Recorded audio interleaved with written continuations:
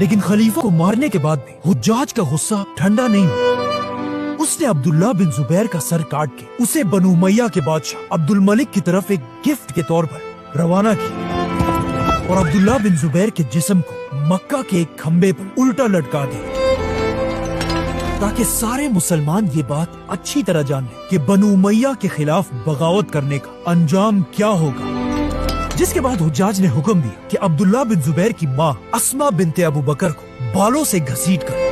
میرے پاس لایا جائے، لیکن جب وہ نہیں آئی حجاج خود ان کے پاس گیا اور ان سے کہا کہ دیکھا آپ نے کہ میں نے آپ کی گمراہ بیٹے کو کیسے قتل کیا؟ تو انہوں نے جواب دیا کہ ہاں، تم نے میرے بیٹے کی دنیا تباہ کر دی اور اس نے تمہاری آخرت۔ اس طرح جو خلافت پہلے خلیفہ ابو بکر رضی اللہ تعالیٰ عنہ کے ساتھ شروع ہوئی تھی، وہ آج انہی کے نواسے عبداللہ بن زبیر رضی اللہ عنہ کے ساتھ ختم ہو گئی۔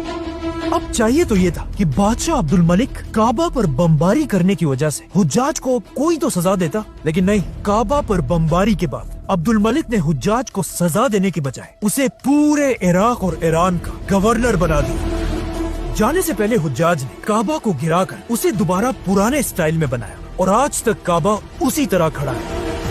مطلب بنو امیہ نے صرف 10 سال کے اندر کعبہ پر 2 بڑے حملے کیے تھے، لیکن اگلے 300 سال تک کسی نے بھی کعبہ پر دوبارہ حملہ کرنے کی ہمت نہیں کی۔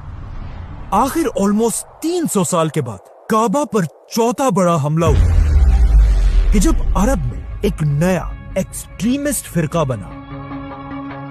اور انہوں نے اپنے کیپٹل بحرین سے اعلان کیا کہ دنیا میں ہمارا مہدی آ چکا ہے اور جو بھی ہمارے اس مہدی کو مہدی نہیں مانے گا اسے ہم مسلمان سمجھتے ہی نہیں۔ لیکن آف کورس اس وقت کی مسلمان سپر پاور عباسی خلافت نے ان کے مہدی کو نہیں مانا، تو انہوں نے غصے میں آ کر مکہ پر حج کے دنوں میں حملہ کر دیا اور ہزاروں حاجیوں کو مار کر انہیں زمزم کے کنویں میں پھینک دیا۔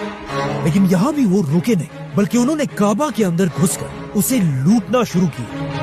انہوں نے کعبہ کا دروازہ اور ایون حجر اسود کو بھی چوری کر لیا اور اسے لے کر واپس اپنے کیپٹل بحرین لے گئے۔ اور یہ اتنی عجیب بات تھی کہ اگلے 22 ایئرز تک حجر اسود کعبہ میں نہیں بلکہ انہی لوگوں کے پاس تھا، اور 22 سال تک لوگ بغیر حجر اسود کے کعبہ کا طواف کرتے تھے۔